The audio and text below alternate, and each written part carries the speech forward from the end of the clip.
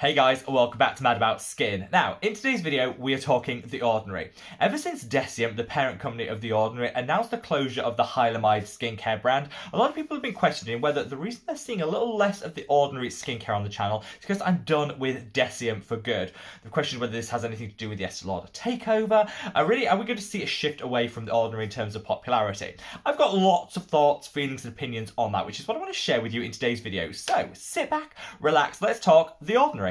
Now, before we get into this video, I would love to know what your thoughts, feelings, opinions are on The Ordinary and Deciem in general. Are you still absolutely in love with the formulations, the price points, and do the products just work for your skin? Or, like a lot of people, are you feeling a little let down by Deciem and the direction that Estee Lauder Corporation are taking the brand in? And are you slowly moving away from The Ordinary? I would love to hear from you.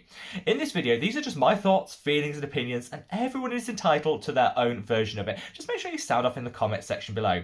Promise me that whilst you're down there, you'll also give this video a big thumbs up and a like. It's a great way of supporting me in the channel, and I'm always so grateful for the love and support that you guys show me each and every single day. So from the bottom of my heart, thank you so much. But with all that being said, shall we cut the waffle and just delve straight on in? And let's just do a very brief overview of the story so far. So Estee Lauder Corporations now own the majority stake in Deciem, which is the parent company that owns The Ordinary, Neod and Hylamide. A lot of people were very uncomfortable when Estee Lauder took over The Ordinary, thinking, this is just going to be another corporate takeover that leads to less choice for us, the consumers, higher prices and lower quality formulations.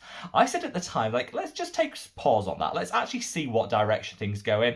And I must admit, maybe I was a little bit naive, because we have definitely seen the price increases that were introduced in the last 2 or 3 months. The amount of choice is definitely narrowing because they've announced the closure of the Hylamide brand, which contains some of my absolute favourite products. I haven't actually noticed a difference in formulation, so I think the idea that the products would be cheaply formulated isn't the case, and there has been some positives such as better stock levels across the whole Deciem range of brands, but overall I think to this point the negatives have outweighed the positives, at least in my opinion anyway. Now, in terms of the closure of Hylamide, I'm not going to go into a whole lot of detail about that because I did film a recent video update which I'll leave a link to up there. Check that out if you want to know all the information. Deciem said the reason they decided to close the Hylamide brand is it just wasn't getting the sales and the attention that the other key brands were. They wanted to invest all their focus and energy on their standout performers being The Ordinary and Neod, and in a lot of ways this kind of makes sense. I think in my head I thought Hylamide was much more popular than it actually was. I absolutely love it, and I know so many of you guys out there love their products too, but I think in the wider skincare community Hylamide just wasn't a big seller the way that The Ordinary and Neod really have taken the world by storm. I think it's a real shame because I loved, like I said, so many of their products, and it is a restriction of consumer choice which I'm never a fan of, but I do kind of see the rationale and the understanding behind it. I just really hope that they're really holy grail products such as the sub-Q skin and the mist that I referenced earlier are brought back under, say, the Neod or The Ordinary banner with a little bit of a rebranding. That would be absolutely fantastic. But to answer the question that a lot of people have, am I using less of The Ordinary products because I'm disappointed with Deciem, Estee Lauder Corporation and everything that's gone before? I think subconsciously, yeah, I am just a little bit. I was actually having this conversation with Tom, who's a fantastic friend and subscriber here on Mad About Skin the other day, where we're kind of saying, actually, whilst I can understand the rationale for closing the Hylamide brand, I can understand why Estee Lauder corporations would want to increase their ownership, and I do definitely think there could be some positives to come out of that. For me, I just think it's very disappointing how it's been gone about. They just announced it one day, yep, Hylamide closing, and the justification given, I understood, but it wasn't that comprehensive. Also, they've continued to promote the brand since then, so if you go onto the Deciem website, it's front and centre is Hylamide, and there's no mention of it actually closing. If you'd missed that Instagram stories or some of the other social media things they've done, you honestly won't be aware of that, and that kind of left me feeling a bit cold, because potentially a lot of people could be discovering Hylamide for the first time, falling in love with their products, coming to repurchase, gone, never to be seen again. And I think this is a little bit on the shady side with brands. I think they should be a bit more open and transparent on their website when a brand is closing, because a lot of people won't want to invest in a new product when they know that they won't be able to use it for the long term, because consistency is key when it comes to skincare. So that left me feeling a little bit cold, and just the whole direction that Estee Lauder Corporation seems to be taking Deciem in, just, I don't know, doesn't really appeal to me. I definitely called out some positives earlier, but like I say, the negatives far outweigh the positives, which is why maybe, just in my subconscious, I am reaching for The Ordinary a little bit less. However, when it comes to skincare, I always say use what works for you, and it's undeniable that The Ordinary still offers some really great products at fantastic, affordable and drugstore prices, even after you factor in the recent price increases that took place, say, 3 months ago. And in this section of the video, I want to bring back the positivity and share with you the 4 Ordinary products that are still core components in my skincare routine and that you're going to be seeing a whole lot more of here on the channel. First up, let's call out this. This is the Ordinary Salicylic Acid Anhydrous Solution. So good. One of their recent launches. And like I say, I'm keeping an open mind to the whole Estee Lauder buyout of Deciem, and I'm really hoping that this will lead to a little bit more innovation and some newer product launches that do feel like they've stalled a little bit recently. However, this latest launch from The Ordinary is genuinely innovative, genuinely different to anything else that's on the market, and has worked wonders for my skin.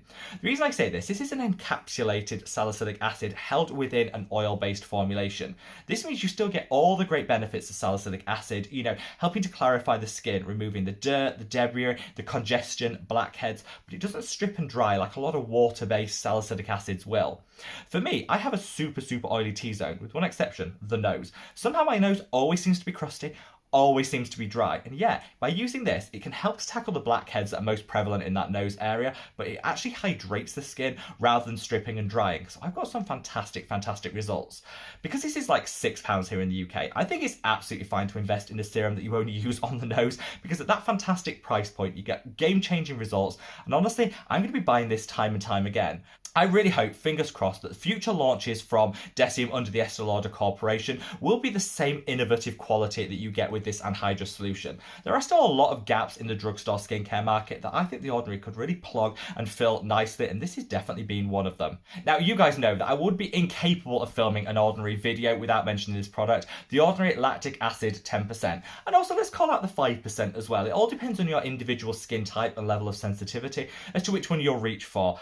This has been game-changing in my skincare routine, and of all the lactic acids that I've reached for, this is the most affordable and still delivers those game-changing results. When it comes to exfoliation, gentle, used frequently in the long term, always pays dividends in terms of the outcomes that you're going to get, and my glow game has been so much stronger since I've switched to lactic acid. You can pretty much reach for any lactic acid, you don't need to shop The Ordinary, but when you look at the ones that are available, it's only really The Ordinary that are doing it at this rock bottom affordable price point. I've been super transparent with the concentration that you're getting in the product, and I just think that's something that you can't really get elsewhere. I would love to know if there's any other drugstore lactic acids that you want to call out, so sound off in the comment section below. But for me, this little vial has been a holy grail, and I'm going to keep using this time and time again. Finally, let's come on to these products, what I call like my anti-aging power couple. This is the Ordinary Matrixyl and the Ordinary Hylamide, used together in your morning skincare routine, and it's like instant anti-aging that also has some long-term benefits too. They plump the skin, they reduce the appearance of dynamic fine lines and wrinkles around the crow's feet, the 11s and the laughter lines, and it just gives a really nice plumpness and volume to the skin. In the long term, they can boost collagen production to again smooth everything out, bring back some firmness and elasticity, and they hydrate you to the gods. You can buy these for literally like £11 here in the UK for both of them. Like at that price point, if you're spending so much money on bougie, luxury, anti-aging creams and serums, you're wasting your money. Just get these two and try them. If you want to know how to use them together, I captured it in a recent video, which I'll link up there. Definitely one to check out, because I don't think I'll ever be without these two. There are some other Matrixyl and Hylamide formulations, but none of them come with The Ordinary price point, with the same ease of accessibility as these, and honestly, I just love them. And I learned this little hack actually from TikTok. I'm not the biggest TikTok fan, but this one definitely has paid dividends for my skin. So there you have it, guys, a little bit of an update, a rundown of my thoughts, feelings and opinions on The Ordinary post the Deciem announcement of the closure of Hylamide and the increase in ownership of Estee Lauder corporations. Just like you guys, I really hate to see large multinational corporations swallowing up the skincare good guys, and Deciem definitely was that. However, I think there's an element of inevitability about that, but it doesn't mean that we shouldn't be keeping our eyes out for what those changes are. I always like to see things in an unbiased way, and whilst I think in this instance the negative impacts of that Estee Lauder buyout have outweighed the positives, who knows what the future will hold, and I hope there'll be an increase in innovation. You'll see the products more easily in stock and accessible, and who knows, we could all be falling in love with The Ordinary again. In the meantime, I'm sticking to these 4 core serums. Honestly, my skincare routines wouldn't be without, and I would encourage everyone to do the same. Work out what works for you, what meets your ethics, your price point, and what you want to get from the products when it comes to The Ordinary or any other brand out there. Just sound off in the comment section below to let me know your thoughts, feelings and opinions. Wherever you are in the world, guys, stay safe, stay well, and love your skin. Take care. Bye.